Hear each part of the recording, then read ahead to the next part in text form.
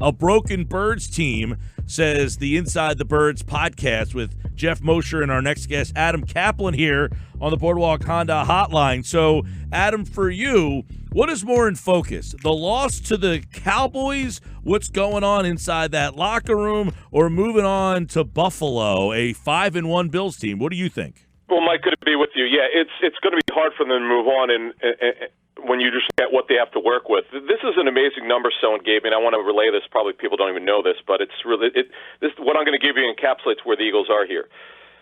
In Week 1 versus the Washington Redskins, of their 22 starters, 8 of them did not play in last week's game versus Dallas.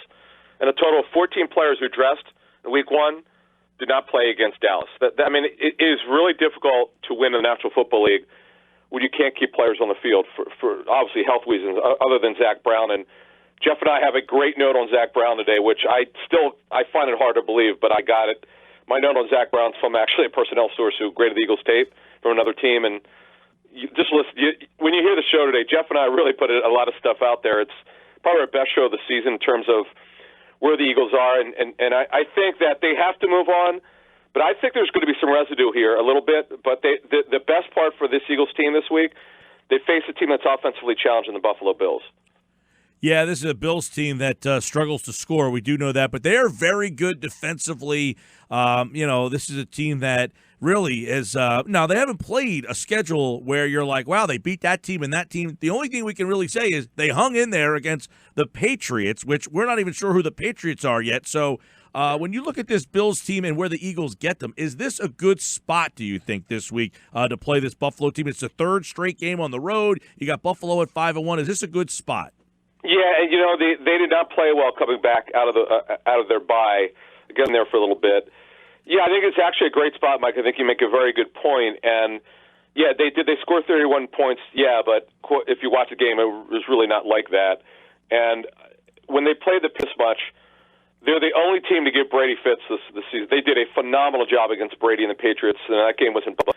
They did a great job, and Tre'Davious White is the best NFL cornerback few people know outside of Buffalo. He's a superstar corner who does everything. He won the AFC's Defensive Player of the Week last week, and he's a great football player.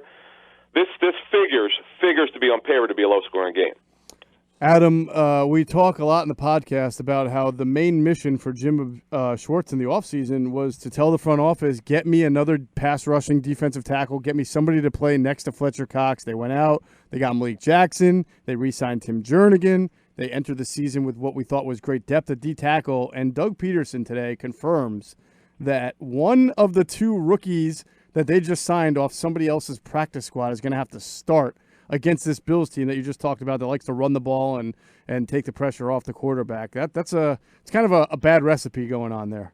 Yeah, Jeff, the Eagles are down 3 D tackles. I mean, it's going to be hard. I mean, it's just going to be difficult. Now, Anthony Rush was a guy that we outline on Inside the Birds. When you hear this, I got a scouting report from the Raiders. I got some stuff from the Eagles, and they never should have cut him. They cut him after 2 days in training camp. I still to this day don't understand why they did that. They never really gave him a chance, but they're lucky to get him. One source told me, guys, that Anthony Rush was the best defensive player from a rookie standpoint that he had graded, and that's saying something. And he also started some games. He started early on. He was so good, he actually started the second game. His tape. You go to NFL.com, or YouTube, you could watch his tape. He's built like Akeem Hicks of the Bears. He's big. He's long, 6'4.5", 340 to 350. But Jeff, you really would. If you're bringing him in, you'd love him to be your 4th tackle, not your 2, and that's what the problem is with him playing this week. Talking with Adam Caplan here, Inside the Birds podcast. And, of course, you hear him every Wednesday here on the Sports Bash. All right, Adam, what's happening inside that locker room? Have we put out the fires, or do you think this stuff is lingering around and fingers are pointing and he said and she said? I mean, Carson was asked today kind of directly about Alshon Jeffery. I don't know that he even heard the question, but it sounded like he had a canned answer ready to go. But it didn't sound like he was like, well, it wasn't Alshon. I mean, is everything in your mind moved on? Are they past all this stuff that is out there now from these anonymous sources? Well, if they win this week, it certainly would help. Now, the Cowboys have their bye this week, but if they could win this week, then they come home for 3, though the schedule is certainly difficult still. Those 3 home games are not going to be easy, but I think there's going to be a little bit of a residue. I think the win will certainly help, But last year at this time, when they were struggling and they were floundering, you didn't hear a lot of chirping. We were just all wondering, why are they so bad? And the coaches did a phenomenal job, especially in offense. Weeks 11, 12, 13, 14, 15, where before that we were wondering what the heck was going on coming back from the Super Bowl season.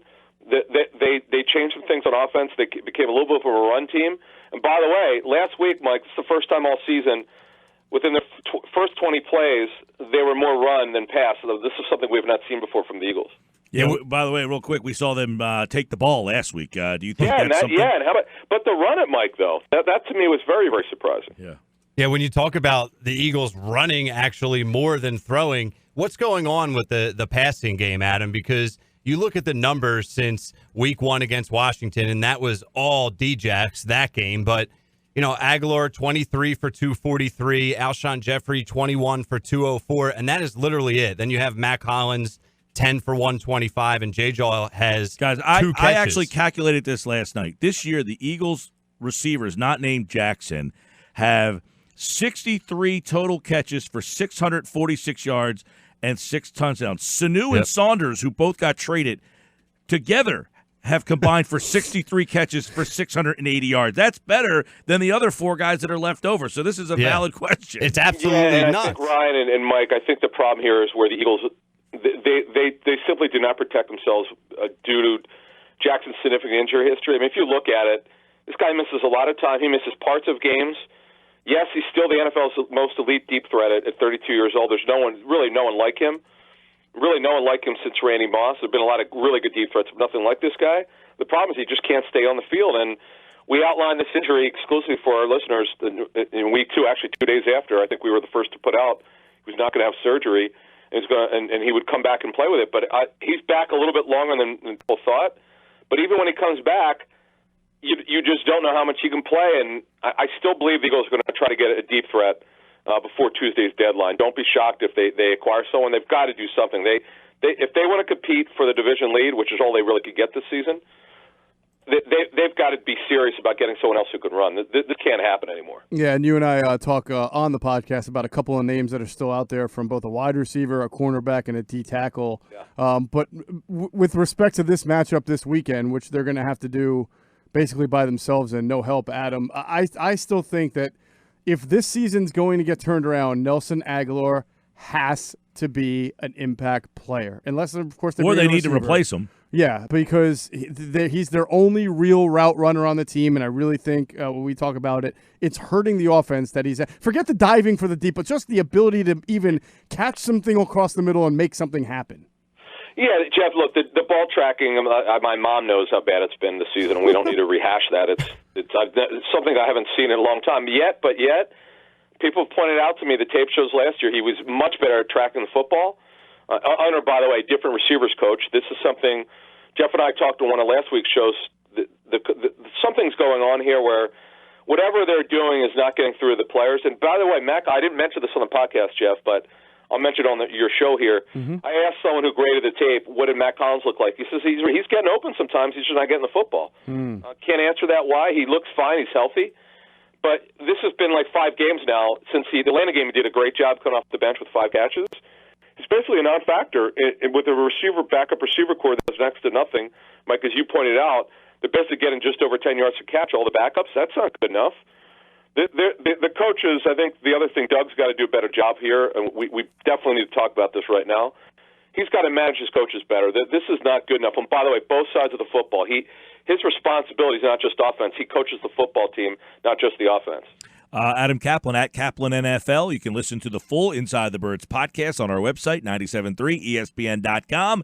And, of course, he appears via the Boardwalk Honda hotline. It's Eagles and Bills Sunday right here on 97.3 ESPN. Thanks, Adam. Guys, thank you.